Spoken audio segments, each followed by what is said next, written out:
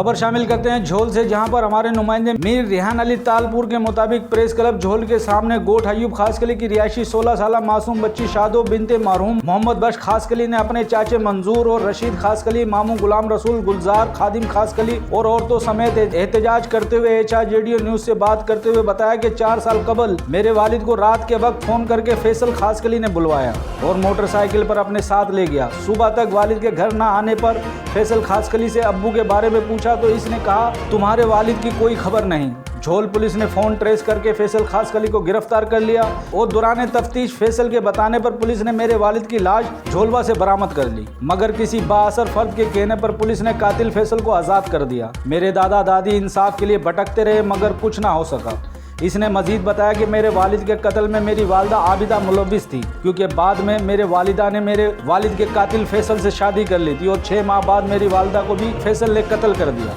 और हमें बताया कि मेरी वालिदा को दिल का दौरा पड़ा है और वो फोत हो गई है। शादो ने मजीद इंकशाफ करते हुए बताया कि मेरे सुतेले वालिद फैसल और इसके भाई फजल ने मुझे अपने पास रख लिया और मुझे धमकियां देते रहे कि चुप करके बैठी रहो, ऐसा ना हो कि तुम भी अपने बाप और माँ की तरह अपनी जान गंवा बैठो। मैं तकरीबन 4 साल इनके पास रही। वो मुझे चाय में नींद की गोलियां देते थे और मेरा सुतेला चचा फजल मेरे साथ जिनसी ज्यादती करता रहता था, जिसकी वजह से मुझे हमल हो गया और ये लोग मुझे सांगड़ ले गए, जहाँ पर ऑपरेशन के जरिए बच्चा ज़ाया करवाया। मैंने अपने सगे चचा और मामू वालों को अपने साथ होने वाली ज्यादती का बताया तो मेरे रिश्तेदारों ने गांव के वडेरे को बताया। मेरा सुतेला बाप और चाचा वडेरे के कहने पर किसी किस्म का फैसला देने से इनकार कर गए। अब मैं इंसाफ के असूल के लिए मीडिया के सामने आई हूं कि मेरे वालिद और वालिदा का कातिल मेरा सुतेला वालिद फैसल और मेरा मुजरिम फजल आज़ाद घूम रहे हैं। मैं IG सिंध पुलिस DIG शहीद बेनज़ीराबाद और SSP सांगड़ से अपील करती हूँ कि खुदारा मेरे साथ होने वाले मजालिम पर रहम दिली से गौर करते हुए मुझे इंसाफ दिलवाया जाए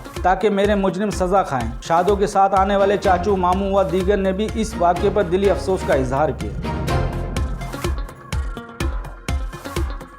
मज़ीद खबरों और अपडेट के लिए विजिट करें हमारा YouTube चैनल HRJDO न्यूज़।